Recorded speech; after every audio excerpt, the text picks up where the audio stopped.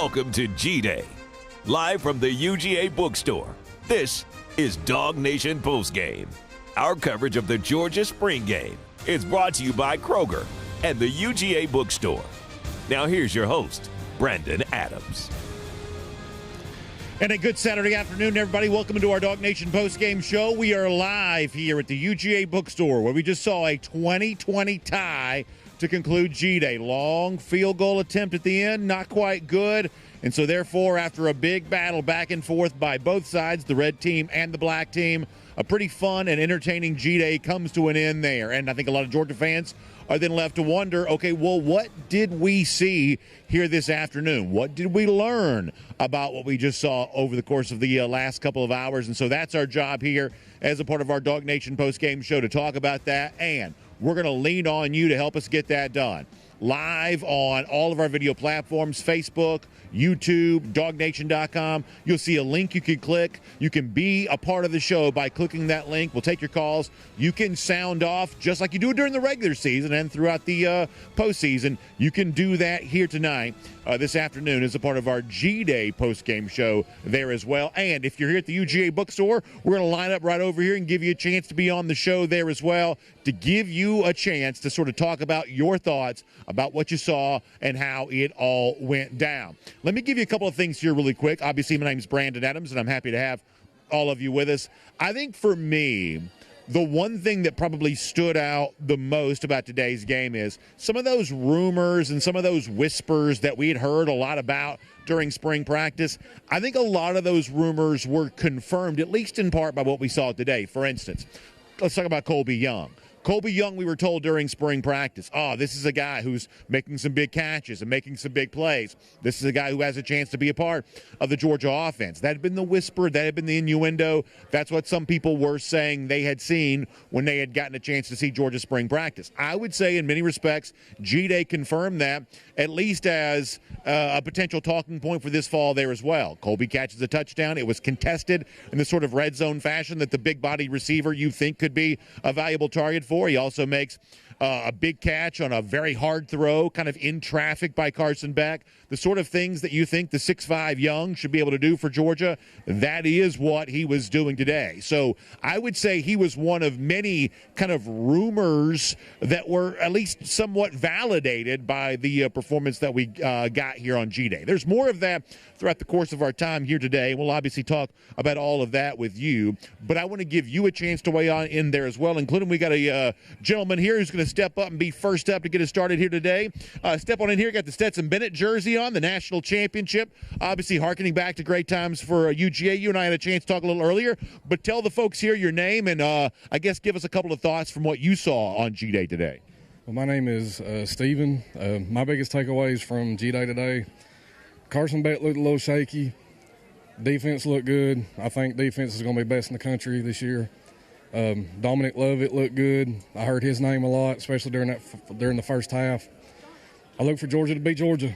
So, I mean, I'm not really worried about anything. I think Georgia's just going to be Georgia this year. So, Steven, I think the way that you say that is so good in that, you know, this is obviously not the same thing as real football where quarterbacks being tackled to the ground and you're certainly not playing a different opponent other than yourself today, but you definitely saw, whether it be younger guys, newcomers that stepped up, and obviously we'll talk about a lot of them throughout the show, but you definitely saw the building block pieces where this is a Georgia team that has a chance to be the same kind of Georgia team we've come to expect it to be, right? Right. Yeah, I expect us to be in that playoff. I expect us to be in the mix. I mean, times are good at Georgia. Don't panic, fans. We're going to be all right. So. Steven, I love the comments. Thanks for being here. Appreciate that. It's good stuff from Steven, and he's right. You know, and by the way, when he says I expect Georgia to be in the playoff, keep this in mind, that as we're kind of sort of doing business here to begin 2024, we're looking at an entirely different season this year. We're looking at a 12-team playoff. We're looking at a very different kind of SEC. It was very interesting to see in the stadium today. One of the advertisements that was on kind of the ring banner that goes around the stadium was for the Circuit of the Americas racetrack in Austin, Texas. It was kind of a reminder to, hey, Georgia fans, if you're traveling out to Austin to see Georgia play Texas, don't forget about the F1 race going on at the same time, as if Georgia fans could forget about that given the travel challenges it's provided. But it's just a reminder here of you're traveling to Texas, you're in the 12-team playoff, a very different year coming up here in the SEC and for Georgia in particular, but work like what's going on here at at spring practice is one of the things that allows you to get ready for all of that, and that is clearly what Georgia's trying to do right now. So watching DawgNation.com, watching on YouTube, you're watching on Facebook, click the link, join the show. We'll take your calls here live. We'll also keep the conversation going here in person there as well. Young lady's coming over here, got a little injury being mended there to her elbow, but she's happy to be here today. Step over here so folks can see you and tell us your name and what you thought about the game today. My name is Hadley, and I think no matter what happens, Georgia's going to the national championship. Hadley, that's exactly what I like to hear right there. You guys like to hear that? Yeah. No matter what, Georgia on its way to the national championship. How much fun was it to be around all the fans today and see everybody having such a good time on G-Day? It was fun, but it was also very hot outside. It was. Hadley, I appreciate you stopping by and being a part of the show. Great commentary. And it's really funny, as Hadley points out, and today was another example of this, it's amazing how different the stadium can be depending on where you are, because if you were kind of outside and exposed down there near the field where I was before the game began, you're kind of bathed in sunshine. We were in kind of the new makeshift press box of the game today. It was very shadowy there and much colder. I was telling my Dog Nation colleague Connor Riley that it was about 20 degrees colder in the press box today because there was no sun compared to who those were outside and kind of seeing that there. So very different temperature depending on where you were in the stadium. Of course, today was a situation where the stadium was kind of cut in half. You saw on the south side over there almost no one sitting in that area. That's where construction's taking place. There's a new look press box coming. There's an expansion of some of the luxury seating areas. Pretty much everybody on the north side and some of the east and west end zones. I would say a good crowd overall. I never did hear a full attendance number, but obviously a pretty impressive total for Georgia fans on Master Saturday with everything else going on, getting out here and supporting these dogs here today. So you'd love to see that. 20-20 is the final score. Talking about what we learned here from G-Day. We got some folks who want to be a part of the show. Come on over here and be a part of the show today. We'll get some commentary and keep it going. By the way, we're live here at the UGA Bookstore. Don't forget that, and step on over here, Mr. Mick. Don't forget that today at the UGA Bookstore, there is big-time savings. We showed you some of this on the pregame, our Dog Nation game day. Some of the national championship gear is up to 75% off. So if you're leaving the stadium or you're still in the Athens area, come see us here at the UGA Bookstore. Huge savings on a lot of apparel, including a lot of back-to-back national championship gear apparel. Our good friend, Mr. Mick, who's been a part of a lot of Dog Nation broadcasts over the years, was talking to us before the show began. Mick, step up here so everybody can see him.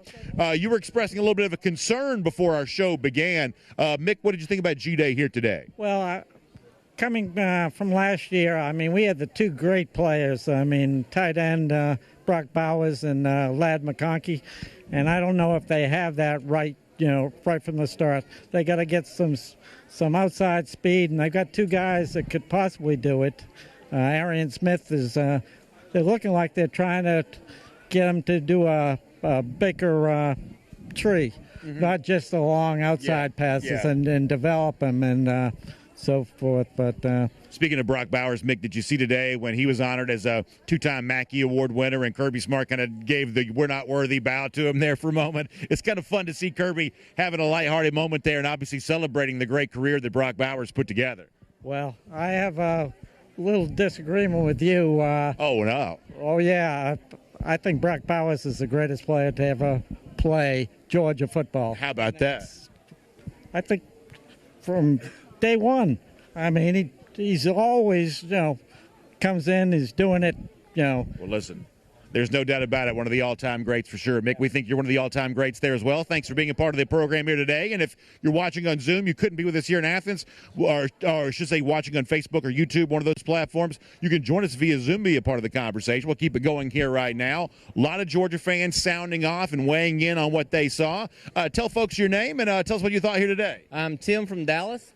As we all thought, Brock Bauer, Carson Beck is the guy. Yeah.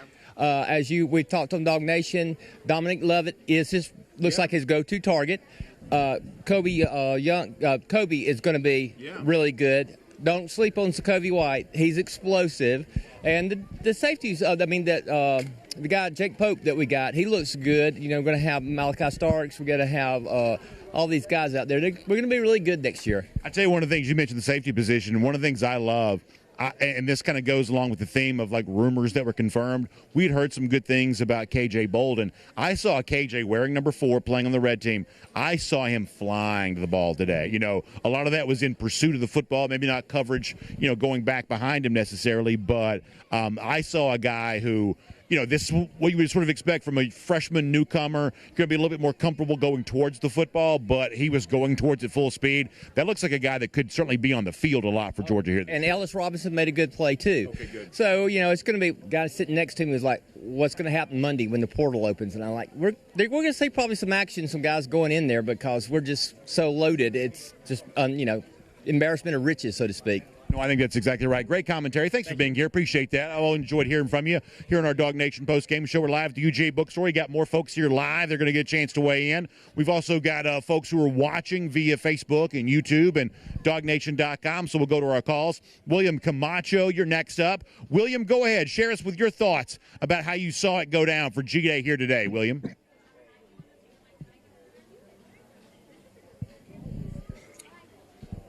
Greetings, BA, and to all my Dog Nation families. I tell you what, I mean, it looked like I was watching the 2021 team perform. I mean, the first and second teams were flying everywhere.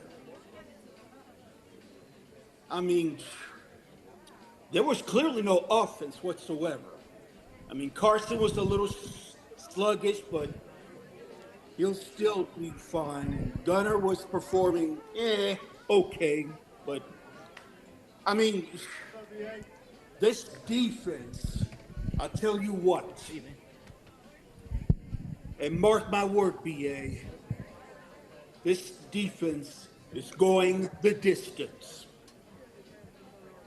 I love it, William. That's awesome stuff. And I tell you, speaking of this Georgia defense today, a couple of big interceptions. Mikael Williams, he tips a pass, gets an interception. He had his hand in the air all day long, knocking balls out of the sky. C.J. Allen gets a nice interception there as well. You'd love to see that from the Georgia defense. I'll tell you what else you'd love to see on a Master Saturday is the Augusta National logo here. Remind folks about your name and give us your thoughts on what went down for a G-Day here today.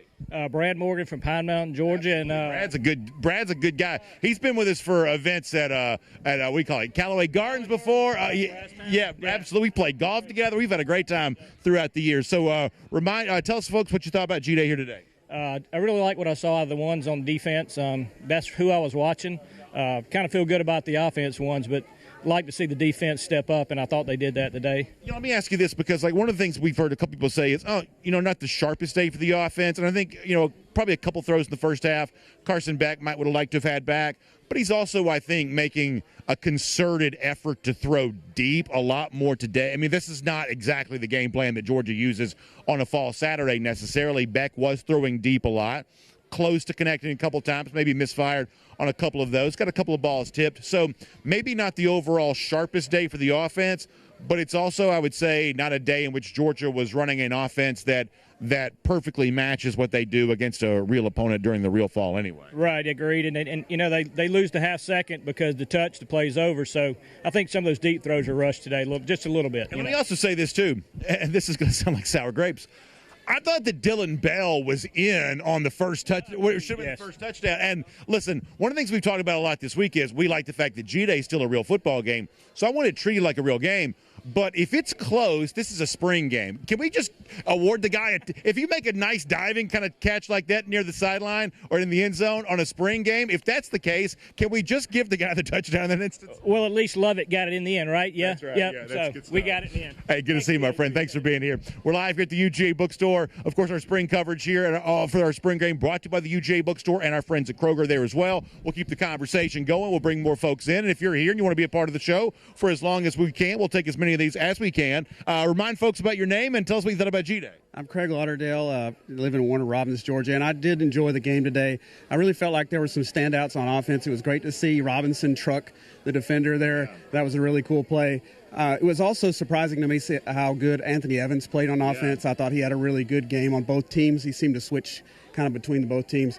and I like the interior pressure on the defense. I was excited to see some interior pressure. I want to talk about a couple of those things here for a moment. First of all, I think a lot of folks kind of like that from Roderick Robinson. And once again, this goes along with, hey, we heard it during spring practice. It was confirmed for us here today. This is that sort of it's a cliche, I know, but that big bruising style of running back. He has the one little screen pass he catches where he's just, knocking guys down left and right. Almost, he just go like a bowling ball kind of, rolling through there on that. Big, strong guy. I thought he used his physicality really well. And as you said, once again, this kind of also plays into some of what we've talked about, you heard good things about Anthony Evans. Some of the catches he made today, the body control, the ability to go out and get the football. This looks like a guy that's going to, I think, be a part of this Georgia offense here this year. Well, I thought so, too, and it was nice to see Etienne looks like a total back, like we heard he was. He's able to catch a lot of balls out of the backfield, but also was able to move around inside the line of scrimmage. I think that's great analysis. I appreciate being in the program today. Good to see you guys. Hey, did you have fun today? Yes, you had a good time? I'm glad to see that. Good to see you guys. So we're here live here at the UGA Bookstore. If you're leaving Athens, come by and see us. There is all kinds of stuff going on right now. So we're on the second floor. This is where we always are. This is kind of our home away from home when we're here in Athens. But down there in the first floor, all kinds of great UGA apparel and a lot of the national championship themed apparel. That can be found for as low as 75% off right now. Plenty of other things, 25% off there as well. So there's actually big savings going on right now. And there's a crowd to match it. A lot of folks here having a great time. Georgia fans continue to roll on through. We're talking about everything we like from G-Day here today. What's your name, sir? My name's Chase Wilson. Chase, what did you think about the game today? I think we made some really good plays, some great tackles, and I think Beck was just a little bit nervous. It's kind of in a way, it's his first game of the season. So, yeah. Yeah, it's still spring practice for him, too. Even if you're going to be a future first-round pick, it's still a spring practice, and you still got some things to sort of work through and get ready. We all understand that, right? Of course. Yeah. Well, listen, good comments. Appreciate you being on the show. Thanks a lot. And for Georgia the whole time. He was rooting for Georgia the whole time. Hey, listen, it's a good day to be a Georgia fan because you show up knowing one way or another Georgia's going to win. In fact, there were some signs like that around the Athens area here. But we'll show you some of the stats here as far as what back. And, one of the guys that we kind of looked at pretty close today was Gunar Stockton. What Stockton was able to do, you'll see those stats on your screen here a little bit. I'll try to interact with some of those there with you there a little bit there as well. But, it was a day to kind of learn a little bit more about that. I thought we saw some, and you see the overall numbers, back 25 of 46, 301 yards, 2 touchdowns, 2 interceptions. That's going to end up being pretty similar to what the last time Georgia had an entrenched starter play at G-Day, Stetson Bennett in 2022, pretty similar numbers overall, and he would go on to be a Heisman finalist that following year. Gunar Stockton, 23 of 38, 246 through the air. He throws a touchdown, throws a pick, so there you go. Colin Drake, Sam Bush kind of also got involved a little bit there as well. So we'll kind of keep our eye on those stats as we kind of roll through today. We'll also hear from Kaylee Mansell telling us what happened in the Georgia locker room. Jeff Sentell with an eye on Georgia recruiting. All that coming up before we're done today on our DawgNation post-game show. More comments going to continue here. Good to see you, sir. Thanks for coming on and be a part of the show. Remind people what your name is and give us your thoughts on the day. All right, Elijah Pitts. And I just thought, like we've been looking for all week for Gunar to kind of prove he can make a lot of those throws. So yeah. I think he had an overall good game, and I think we're in good hands. Elijah, I think you're bringing up a really good point. There were a couple of times today where Gunar didn't quite connect with the target, but I thought he was obviously close, and now in a real game, close doesn't count, but in terms of really being able to show his ability to make the throw, I thought Gunar showed today a lot of ability to do that. I also thought his first big completion to Anthony Evans was a nice throw and a nice play by Evans. Obviously, the Scovey White touchdown was kind of fun to see, so not a perfect day probably for anybody, but I thought you probably saw, I agree with you, a lot you could like from what Stockton put together today. Oh, yeah. I think we're, like I said, we're in good hands. If anything, God forbid, happens to Beck, I think Gunar was ready to step up and take his place in UGA lore. And some of those younger, or not necessarily in all cases younger, but just some receivers who are kind of hoping for their moment here this year. I feel like we learned a lot about more of those guys today as well. Right. I think a lot of the transfers that we were trying to find out about, I think they stepped up and made some big plays as well. So that chemistry is working, definitely. I think you're exactly right, Elijah. Thanks for being on the show. Appreciate that. Boy, such a great collection of Georgia fans on hand here today at our DawgNation post-game show. Another guy on the Georgia offense I want to mention here for a moment. Did you like what you saw from Andrew Paul? I sort of feel like I did. And Paul's a guy that, we fixated on Roderick Robinson. We fixated on Trevor Etienne. Paul's a guy that maybe hasn't always generated as much chatter, but I liked what I saw from Andrew Paul today. I thought that was nice. Is it going to end up being true? And some of y'all know the stat sheet better than I do. And maybe Jay back in the studio, you can confirm this for me. Is the kind of high water mark stat-wise today, does that belong to Dominic Lovett? Is Lovett going to end up having the best stats of anybody today? Maybe he sort of walks away with player of the game honors in your mind, perhaps, at least for the offensive side. Yeah, so 104 yards there on that. So it's going to end up being, Lovett, who kind of probably walks away with the most impressive stat line, but certainly not the only player who impressed here on G-Day. We'll keep the conversation going. We got some folks who want to continue to be on the show live here from the UGA Bookstore. We'll allow that to happen. Good looking. So I'm assuming if you're wearing the black jersey, that means you must have been cheering for the black team today. Is that right? Oh, yeah. Tell us your name. Brendan. Brendan, what'd you think about the game today? I just went out there. I went out there and watched it. It was fun. I really watching us play for the first time this year. We looked really promising. A player I kept my eye on was Etienne. I thought he did really well, and a player that I think everyone should keep an eye on. I love it. Great comments. Thanks for being on the show. Appreciate that. Good stuff. Yeah, Trevor Etienne was a player today who I do think probably confirmed, and that's kind of the theme of the show. We had heard this, is it true? We had heard this, is it true?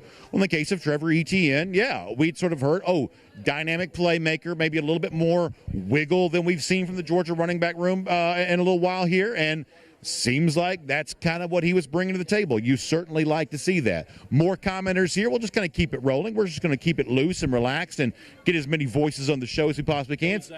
There you go. This is Andrew Sison, who's always going to joke with me about Gonzaga basketball. You got is this a Stetson Bennett jersey? We'll call this a Mikal Williams jersey now. How about that? Still Stetson Bennett. Andrew, tell us what you thought about the game here today. It was good to see Carson put that last drive together. I think he was just a little nervous today. It was good to see Stockton do okay. Would have liked to seen him do better. Big shout out to that. Who caught that last touchdown? Scovey White, right? No, not the very last one. From Carson, that last ball. Okay, yeah. But that was an awesome. Yeah, that's Love.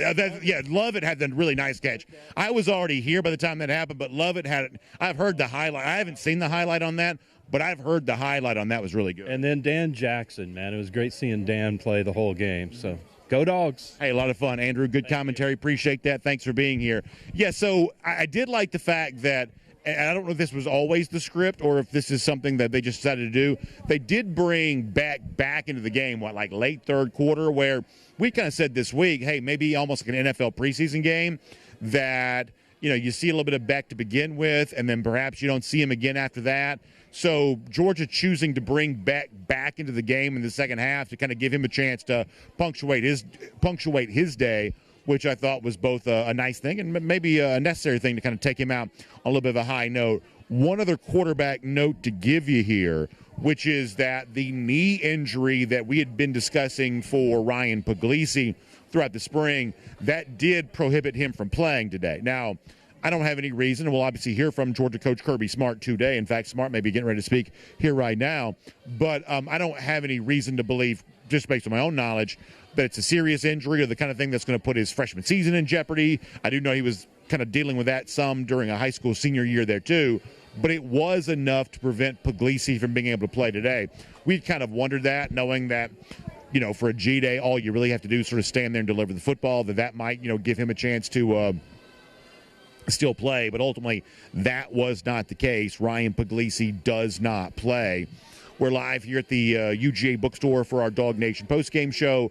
A lot of commentary, a lot of folks discussing here. Everybody having a good time. If you want to be live on the show, you want to pop on by here if you haven't got a chance to do that yet. Come on over here.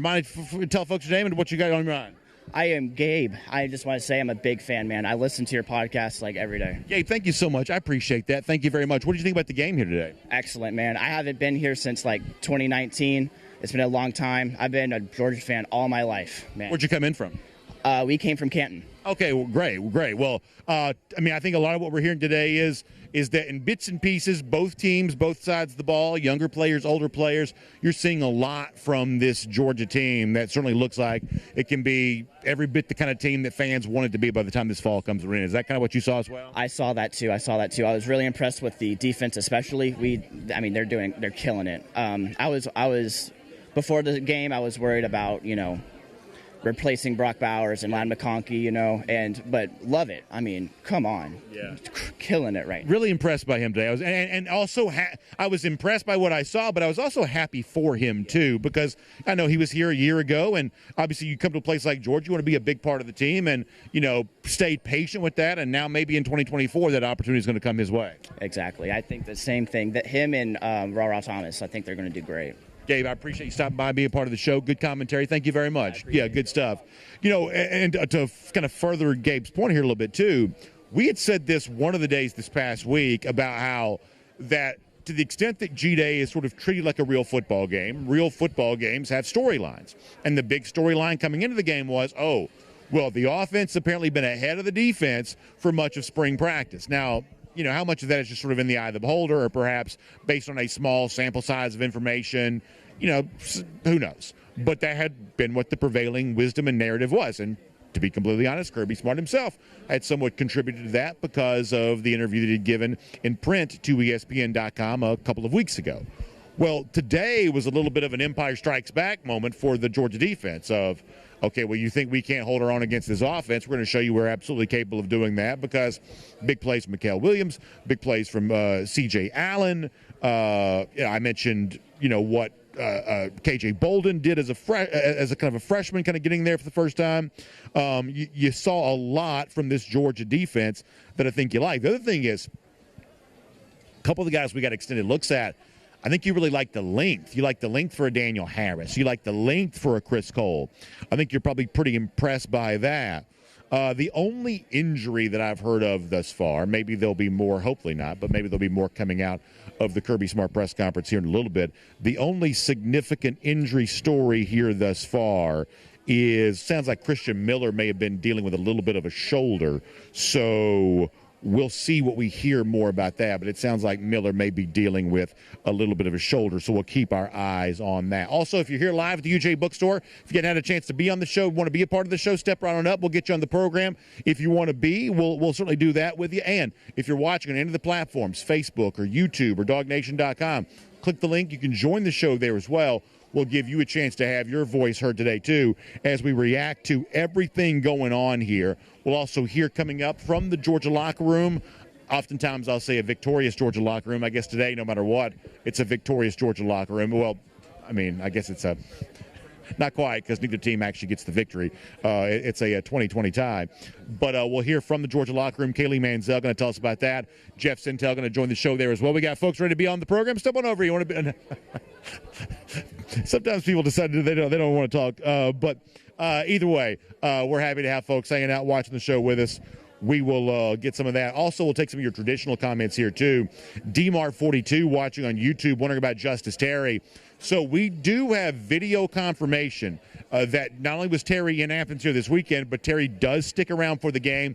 Jeff Sentell, when he joined us on DawgNation Daily on Friday, had said that there'd been some chatter about, Terry being in town on Friday. Would he then spend the night and then attend the game on Saturday? Well, that's exactly what Terry does. So I guess you'll call him a USC commit, sort of a newly minted USC commit, kind of a high-profile flip away from Georgia. But Georgia now, if I'm counting correctly, has gotten its second visit from Terry since committing to USC. So apparently out there in Los Angeles, those NIL dollars don't quite buy what they used to if the money they spent on Terry hasn't stopped him from visiting Georgia now a couple of times since making that USC commit. If I'm a USC fan, I might be just a little bit nervous about that. But obviously there is still a long battle to go on all of that. Also, rumblings and grumblings of Georgia perhaps being maybe on commitment watch today. But we will see if that indeed goes down. And I'm assuming if anything like that happens, one of y'all will be good enough to tell me all about that. Crow King 123 also mentioning some of the stuff with Dylan Bell today. I thought Bell looked really good. And there you go. There's Justice Terry right there. How about this? This is like a real show. I mentioned Justice Terry, and sure enough, you see him right there on the screen. So that is from today. Jeff Sentell captioned that video.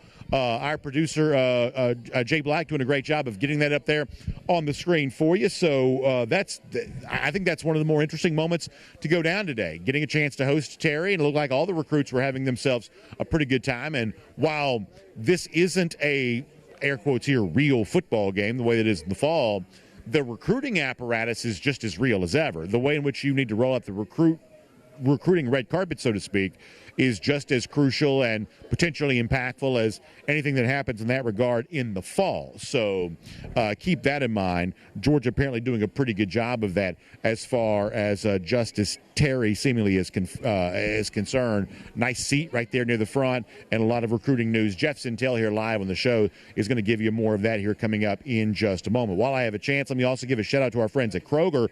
They're making a lot of our spring coverage possible here, including the action here from Athens here today. And of course, don't forget, Kroger's got Kroger Chef Jr. for you every month there as well, a guided kids cooking experience which allows you and your child to explore a world of cooking with Kroger Chef Jr.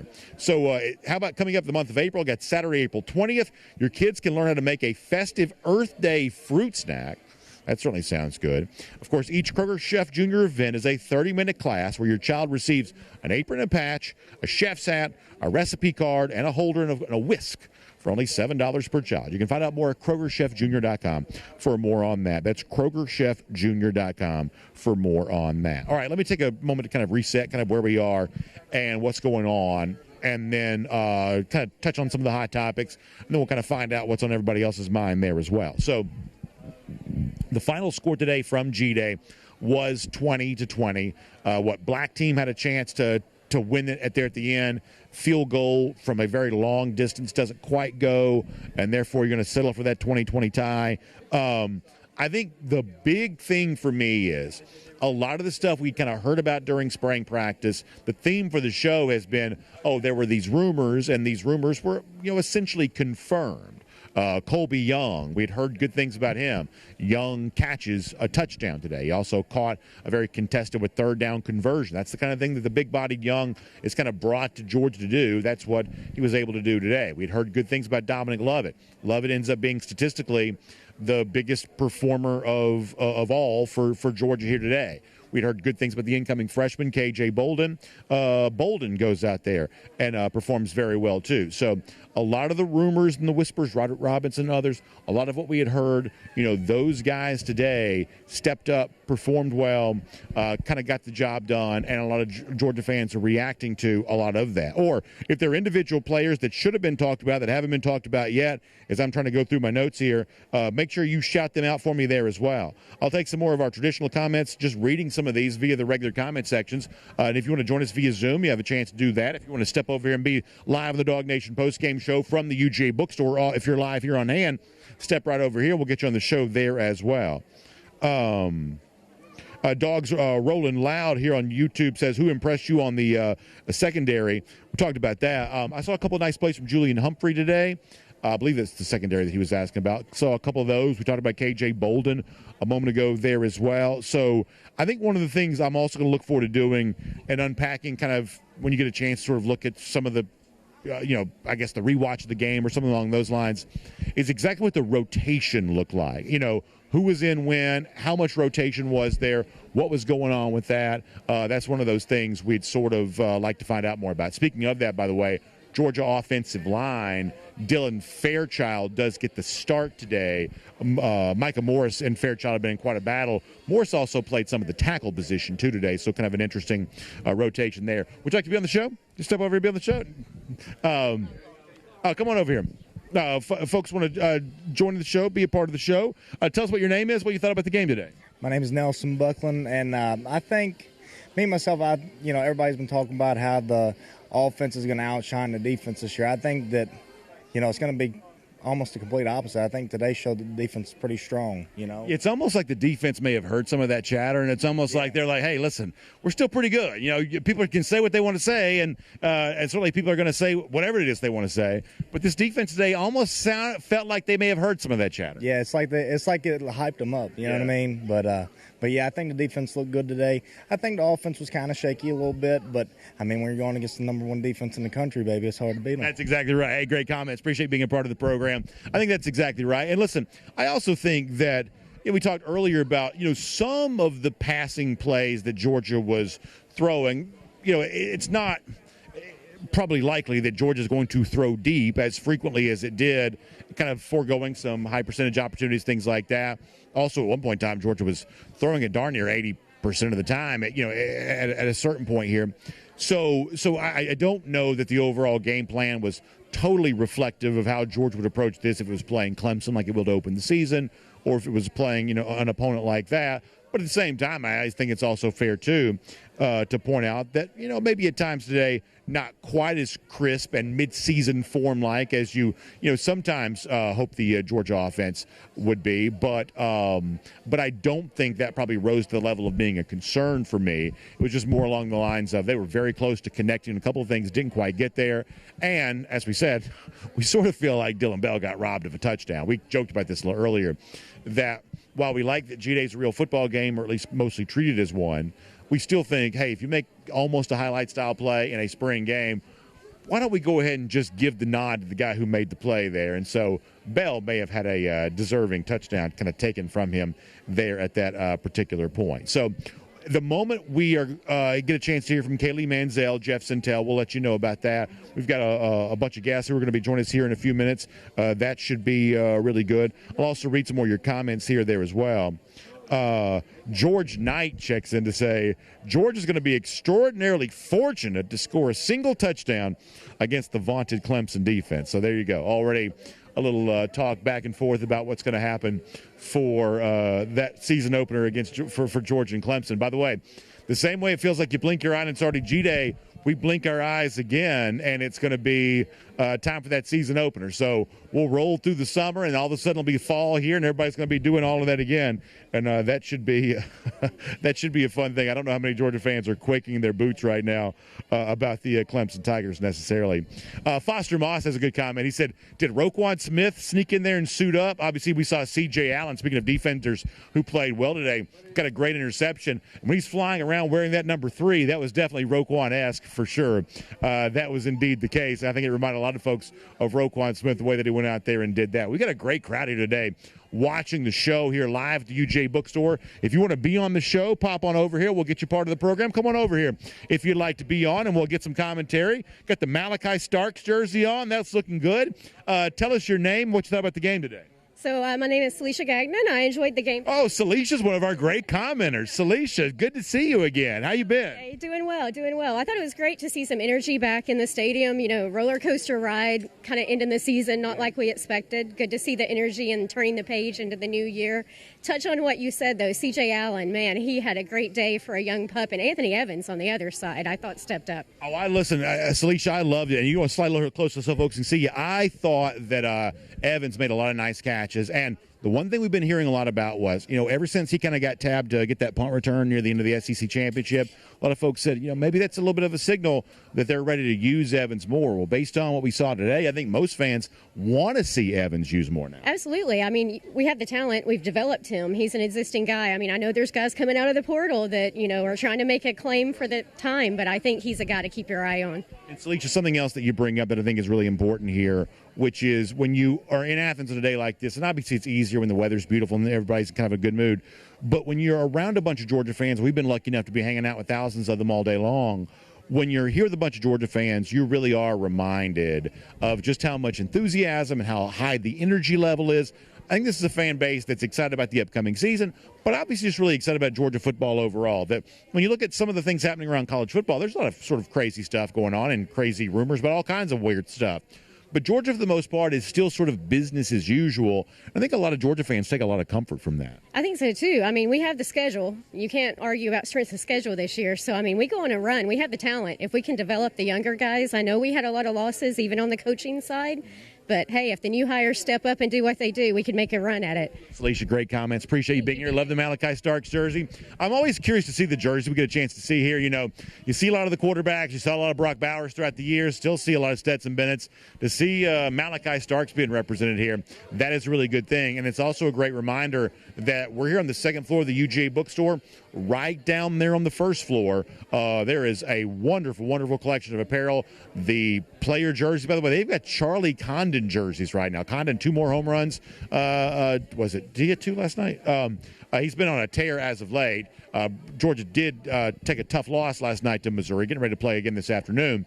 But the Charlie Condon jerseys down there celebrating a guy who may be a future star in Major League Baseball. And, of course, a lot of these Georgia football players got their jerseys down there as well. And all kinds of Peter Millar and Johnny O and Tommy Bahama and the Nike coaches gear, 47 brand, all those great apparels makers that make the good-looking Georgia gear. You can find all of that. No better selection than right down there on the first floor of the UGA Bookstore, right where I'm standing. By the way, everything I'm wearing today, my pullover, my shirt underneath it all came from the UGA Bookstore. Just about everything I own these days seems like it probably came from the UGA Bookstore. So really fun stuff on all of that. A lot of the talk today about Gunar Stockton and what Stockton was able to do. We showed you some of the stats a little earlier. I think some of this is more about the appearance he gave off, more so than the actual stat line or performance. I think some of this is just about the presence, and I thought the Gunar played with a pretty good presence today. Now, did he do enough in this particular spot to confirm, oh, this is the future of Georgia football, this is a star, this is going to be a guy that leads Georgia, to whatever in the future? Obviously, it's going to be hard to confirm that in a spring game anyway, and Stockton's play probably stopped short of that. But did I see enough from him today to say I'd like to see more from him in the future? I do. We had talked plenty about this being someone I was curious about. Many of you had kind of echoed that too, and we saw a lot of him today. And I think there were some really good moments. There may have been some moments he'd like to have had back and probably some stuff in between. But overall, at the very least, we would say that Georgia right now looks like it's in good hands with Stockton as the backup quarterback. And in any conversation in the future, 2025, 2026, and beyond, about who the Georgia starting quarterback could be, I think those conversations have to start with Gunar Stockton, and they may include eventually Julian Juju Lewis, or they may include Ryan Puglisi, or they may include quarterbacks we're not even talking about yet. But I think any of those discussions need to begin with Gunar Stockton being a major factor in all of that. Let me get a few more comments here there as well. Taylor Russell talking about some of his bold predictions there, kind of coming true. Let's see what else. Adam Dobson says Etienne and Robinson and the rotation at running back is going to be hard to defend. Yeah, I like that. As we said before, I kind of like what I saw from Andrew Paul today there as well, which is a player that probably hasn't generated as much chatter, but he certainly seemed to be pretty impressive. There was also some talk about Branson Robinson. One of the things that Robinson, I know, did was kind of participate in that Players Tribune. Not Players Tribune, that's a different thing. The Players Tribune is a totally different website. The Players Lounge, he did a interview there talking about the fact that he still feels like he's in good health and, ready to be a good performer. And he was dressed today, kind of a part of the scene here. Still think we're kind of a ways away from seeing the best of Branson Robinson. I think the best of Robinson is still out there. We may just be a little ways away from seeing that. But kind of nice to see him kind of getting a chance to put the uniform on today and reminding folks that he's still going to be a very big part of this offense here this year. Miriam Corbin on the Facebook side says Carson Beck's got so many toys in his toy box here.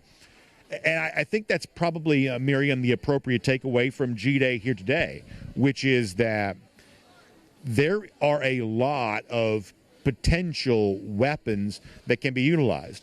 Is there a Brock Bowers right now who you'd say, oh, this guy's going to be a top 10 draft pick? Maybe not.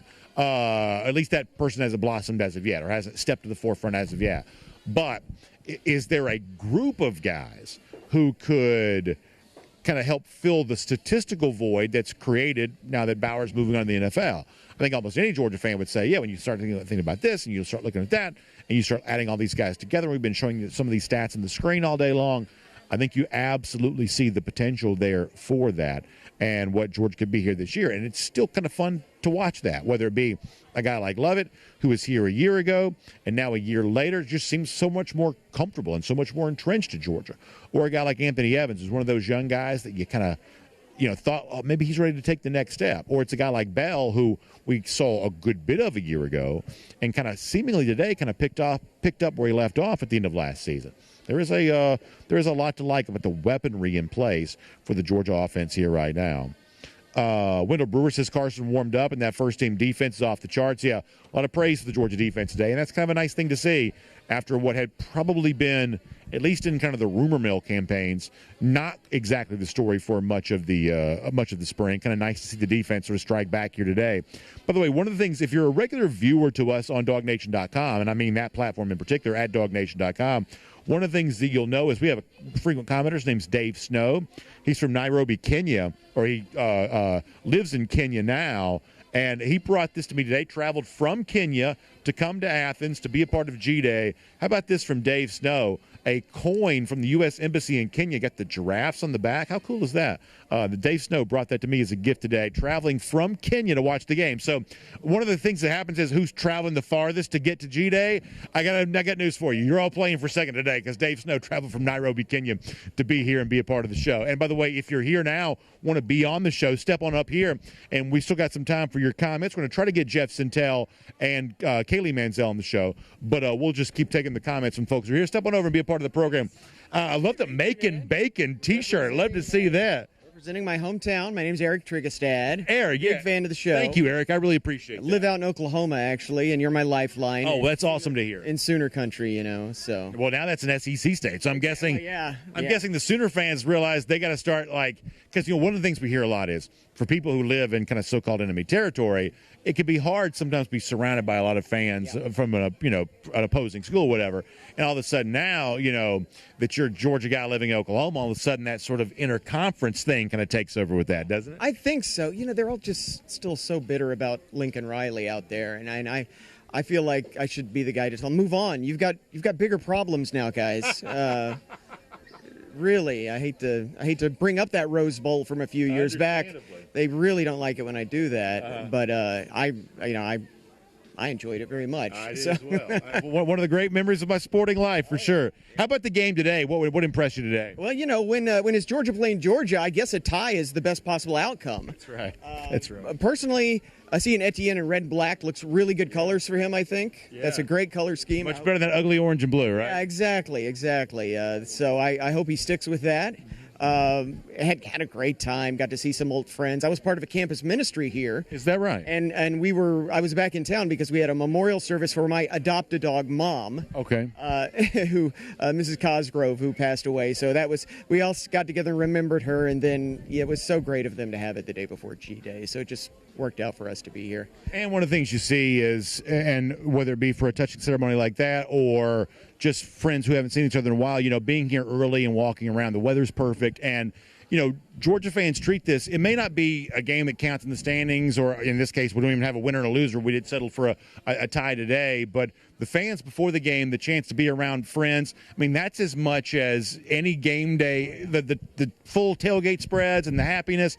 It really is a neat thing that I think that Georgia creates, a spring game that feels the way this one does. Because I just think it gives, whether it be in a situation like yours or other friends who get a chance to see each other for maybe one of the rare times during the year, it just gives that sort of special camaraderie before a game like this. Most definitely. I was here in grad school, started in '96, and they often say Georgia has consecutively been in bowl games since that season when I was here. So I remember you could just pretty much sit anywhere. The student tickets were easy. So it's so great to be in demand now and to have to jump through hoops to get in here to see a game. And I want to tell these young whippersnappers today, y'all don't know how good you got it, Well, you definitely feel like you're at the place to be when you're here at Sanford Stadium. Eric, thanks for being a part of the program. Really appreciate that. It means a lot to me that you're a part of our program. Well, thank you. Love the show. Thank you very much. Great stuff from Eric there, traveling from Oklahoma to see the game, and also great stuff now from our Kaylee Mansell, who had a chance to spend some time a moment ago with Georgia quarterback Carson Beck. So Kaylee, we lost Kaylee there, but Kaylee was a part of Carson Beck's discussion with the media there a moment ago. So we'll find out what's on Carson's mind today, both in terms of what he saw from the guys he was throwing to, what Carson thought about his own performance, and I'm certain plenty of on the other quarterbacks such as Gunar Stockton there as well. And by the way, if you're just joining us, keep in mind, one of the guys we did not see today was Ryan Puglisi, the knee injury that had impacted Puglisi some during spring practice. Kirby Smart himself confirmed at one point in time that did keep Puglisi from playing here today. So that is the story there on that. Ricky Byram asking about Branson Robinson, guy we mentioned there earlier.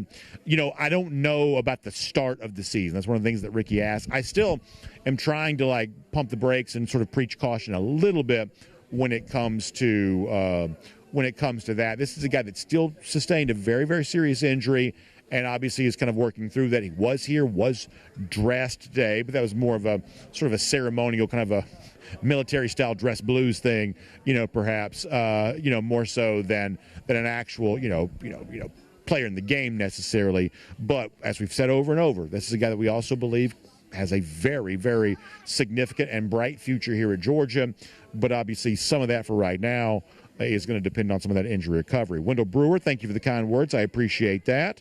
Let me also pop over here to DawgNation.com, something I have not done on today's show. We're also watching the Masters here a little bit too, or at least it's on. I'm not really able to follow too much of it. In fact, if something interesting has already happened today, let me know what you guys are seeing there on that, as perhaps you use this as kind of a second screen experience, a two-screen experience as you're watching that while you're listening to us, and we'll have a good time here. Just a few more minutes left in the show, by the way, as we kind of, roll on towards the hour mark here in a moment. But nonetheless, continue to get your comments. Lee Burkett, I had a chance to see Lee earlier. He's checking in at DawgNation.com. Lee from St. Augustine was here, had his family with him. Come to find out that Lee, one of our legendary Dog Nation commenters, and a guy named Crow King, one of our legendary YouTube commenters, come to find out they're related. I had no idea. So that's kind of interesting news to find out. And he says, great meeting you today at the bookstore. My grandson was honored that you took a moment with us. Listen, Lee, I was honored to take a moment with all of you. That was really fun to see. And you got to realize, we get, if you count G-Day plus the regular season, we get about 7 times to do this, right? We see each other, some of this kind of stuff. And one of the best things about what I get to do when I get a chance to sort of leave my studio out of that box, as I like to think of it being, and get out here amongst the public and get a chance to meet so many of the Georgia fans that I'm lucky enough to be able to talk to every day. I just absolutely love it. And a day like this, it doesn't get much better than that. Final score, by the way, was 20-20. Georgia and a tie against itself today. The red team, the black team, they tie. DT, thank you for the kind words. Appreciate that. North Virginia Dog says, love the tie. It will be great to be able to say in January that nobody was able to beat Georgia, not even itself. Yeah, it's like the old line about coaches.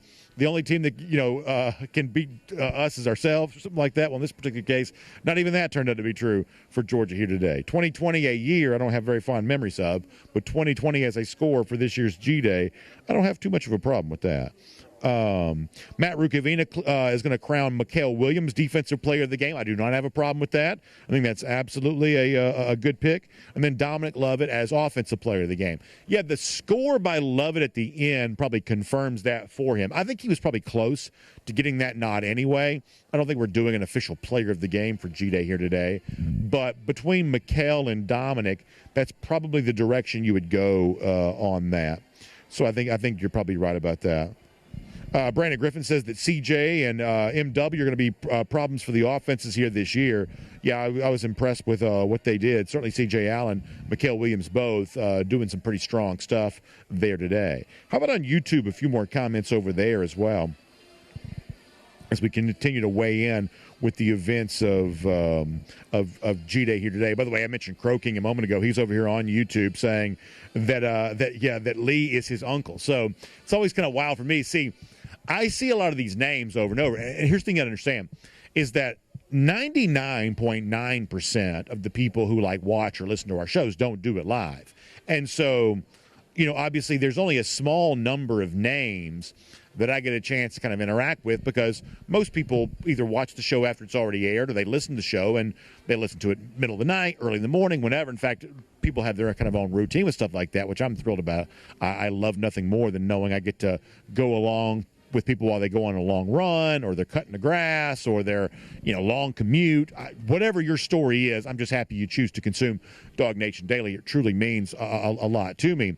But there is a small percentage of our overall audience that also watches it live. So I see a lot of these names, and you can't help but be curious about these names that you see all the time. And over the course of time, like Salish was here earlier, one of our great commenters, and someone that you sort of get to know over the course of time, and then you kind of find out about things about people you didn't realize. So come to find out, Crow King over on the YouTube side and Lee over on the Dog Nation side, come to find out they are related, which is a pretty cool thing there on that. Scarlett says she misses Stetson. Obviously, we've seen some Stetson Bennett jerseys here today, and clearly Stetson Bennett's era now is he is back working out again with the Los Angeles Rams, trying to continue his NFL career and trying to find out for the first time since Stetson was here in 2022 what it looks like for Georgia to begin a year with an entrenched starter. And it's important to note that when Stetson played in his final G Day at Georgia was not the best statistical performance, and yet he would go on to be a Heisman finalist there that year. I don't think there'll be very many alarms sounded today by the fact that overall it's probably not going to be an amazing stat line for probably either of the two quarterbacks. Certainly Carson Beck, who's going to get most of the attention there on that. I don't think too many alarm bells are going to be rung on that performance. Mike Brown says the defense looked faster and physical today. Yeah, I mean, I also thought, and I mentioned this a little earlier, there's a lot of length here, too. Chris Cole, and we had somebody checking in from Northern Virginia earlier. I mean, I think y'all remember back when we were talking about the 2024 class when it's first coming together, that the two Virginia linebackers, both named Chris, I had a hard time keeping them apart.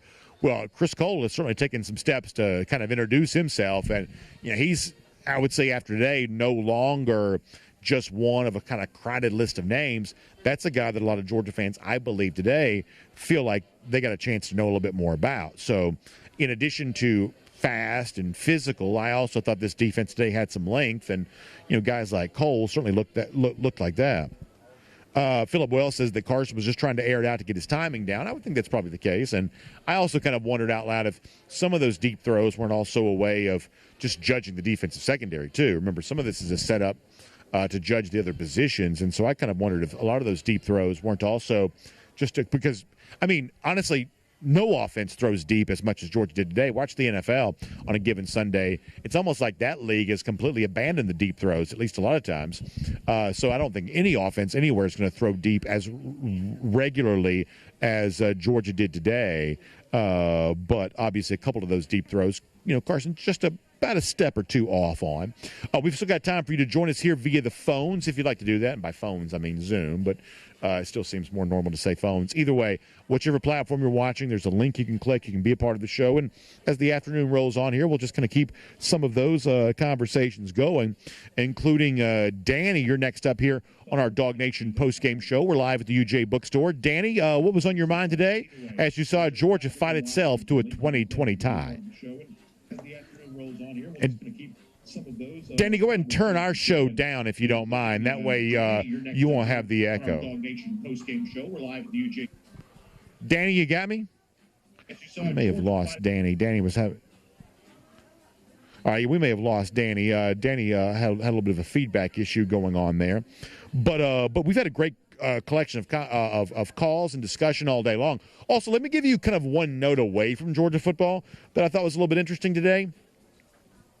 Did you see, many of you probably did, that the former Georgia Bulldog Hines Ward was announced as wide receivers coach at Arizona State today? Now, there had been a lot of talk about anytime Georgia has a wide receiver coaching opening, there's a lot of talk about, Hines Ward. He has said himself he'd like to fill that job. Georgia fans, many of them have said we'd like to see a former great player like Ward get a chance to do that. And when this conversation first started, because I remember going back to like 2016, I interviewed Hines, and Hines made it very clear at the time that if there's ever a chance to work with Kirby Smart, that's what he'd want to do. He wants to have that job, wants to do that job. He'd like to do that. And at the time, Ward wasn't really a coach. He was, just only recently becoming an ex-player, and it seemed like it was a little bit of, I would say, a pipe dream, but it just didn't seem to have a lot of basis in reality for a guy who had not really taken any kind of steps in that direction. But since then, you can certainly say, he was, briefly in the FAU staff. He was a part of one of those spring leagues. He'd worked with the New York Jets. I think he was most recently with the Pittsburgh Steelers. And now he's going to do the college level. It's not the same level as UGA, but it is sort of major, college athletics there. And now the Big 12 for Arizona State. So this is a guy who is taking his pursuit of being a coach pretty seriously here. And does that eventually put him on the radar to work at a place like Georgia? Certainly it's a possibility. But the one thing you can't say about, because when it was first sort of kicked around, when Ward himself first brought it up, one of the things that was being said is, well, a guy like this who doesn't have any coaching experience, he can't be a coach to a place like Georgia. Well, pretty soon it's going to be true that Ward no longer is absent coaching experience. He's about to get some very interesting coaching experience here as a part of Kenny Dillingham, the head coach there at Arizona State, as a part of his staff. Dillingham, a very young head coach, and a pretty interesting job there for Hines Ward as Arizona State makes that transition to the Big 12. Mike Brown said that Joseph Jonah-Janye has had at least one sack today. Yeah, I had seen that. I have not seen that. So that's interesting to hear, Mike. I will look forward to hopefully getting a chance to rewatch the game and kind of pour through some of those stats. But a nice update there on that. Another defensive player getting some mention here, DMAR42, on the subject of Gabe Harris getting ready to set the edge. So, yeah, Harris getting a chance to have some significant moments today, so you like that. Philip Wells, as he so frequently does, giving you some pop cultural references, says that defensive line was Monstar quality. Obviously, a little bit of a throwback to Space Jam there from that on Philip, so that's really fun. Adam Dobson, while, Carson was, not as accurate on the deep ball as maybe you would have liked, as Adam says, he had no problem throwing deep. Yeah, listen, he's got plenty of arm strength. There's no doubt about that. And a couple of times in which Gunar Stockton pulled the trigger today, I actually thought that Gunar was doing a pretty nice job on that too. So I thought his overall arm strength was looking pretty good. All right. Yeah, Mike Brown says we have to be able to at least throw deep once in a while to keep the defense honest, and I think that's exactly the case. And clearly Georgia will throw deep some, of course, during the season, just perhaps not quite as often as it was in a spring game where the overall mood around the program is perhaps a lot different. Let me take a couple more trips around the other comment sections. Then after that, we'll get ready to wrap it up. We were going to maybe play some Kirby Smart stuff. We can just save that. We'll let people go to the DawgNation YouTube page, get a chance to see that for themselves over there. No problem there on that. Let me get a couple more comments here on Facebook before we get ready to go for today. A lot of Georgia fans obviously weighing in on what they've seen here today. On the Facebook side, Craig Jones says the quarterback's going to take care of the ball a little better, and they will. Yeah, certainly getting a chance to get some sort of live action here today and kind of learning what they can and working to get better for sure. Joseph Kennedy, we were talking about wide receivers coach there a moment ago. Joseph also pointing out that Coley might be around for a while this time. Yeah, I mean, listen, James Coley is obviously a controversial figure because of his time here as offensive coordinator back in 2019. But I don't think anybody disputes that Coley is highly qualified to be wide receivers coach. He's a good fit in that role. And in fact, we think we already see Coley paying some dividends on the recruiting trail. You saw a good collection of, Travis Smith, for instance, in Athens today. So clearly receivers in this 2025 class already positively responding to James Coley. I think we're seeing that. By the way, how much have you loved the video today that you've seen on the show? Our Cody Chafin's doing a great job of capturing that, sending that over to us. Been so nice to see these images from G-Day on the screen here today. And, of course, some of the stats stuff there as well. Been great to see a lot of that. William Camacho back in the comment section after joining us live on the show here a little earlier there, too. Scotty Barnes says that Gunar Stockton's arm strength combined with his mobility going to make him tough to defend. That's the other part of today's game that doesn't quite get put on display, as for a guy like Gunar does have a good bit of mobility, and that will be the kind of thing that he'll certainly be showing folks in a large measure once the fall gets here. But I like some of the stuff that I saw from Gunar with his arm today there a bit too. I think that's exactly right. So been a fun day, fun conversation, and as we kind of get ready to wrap up here a little bit, and as you start getting ready for summertime, one of the things we always hear from people is when they're kind of going out and being about in the summertime, they like to have that UGA gear on. They're going to the beach or something like that. They like showing off Georgia, especially when they're down there in Florida or up over there in the South Carolina coast, somewhere like that, where they feel like other fan bases are going to be. They're going to be showing off with that UGA gear. Don't forget, you got a great place to get all of that right here at the UGA Bookstore. Before the show today, before the game today, you had Kamari Laster on hand. You had Buck Bellew, the national championship quarterback. They were both here signing autographs. It has been a big day at the UGA Bookstore for sure, and it has been a lot of fun. And the shopping opportunity continues for you even after today. Also online there as well at UGABookstore.com. You can shop and get everything you need to look as good as you want to look as you sort of roll towards the summer. I'll also tell you this. I saw four different people here just in the time after the G-Day has ended who are going to be on the DawgNation cruise with us coming up next week. So we had a lot of DawgNation cruisers hanging out around here today there as well, which is a very good thing indeed. But for now, we're going to get ready to wrap it up. If you go to the DawgNation YouTube page, you can see the Kirby Smart press conference. You can see all of the interview stuff. Carson Beck and everything else. You can see all of that there. A busy day here from Athens. A lot to digest there on there.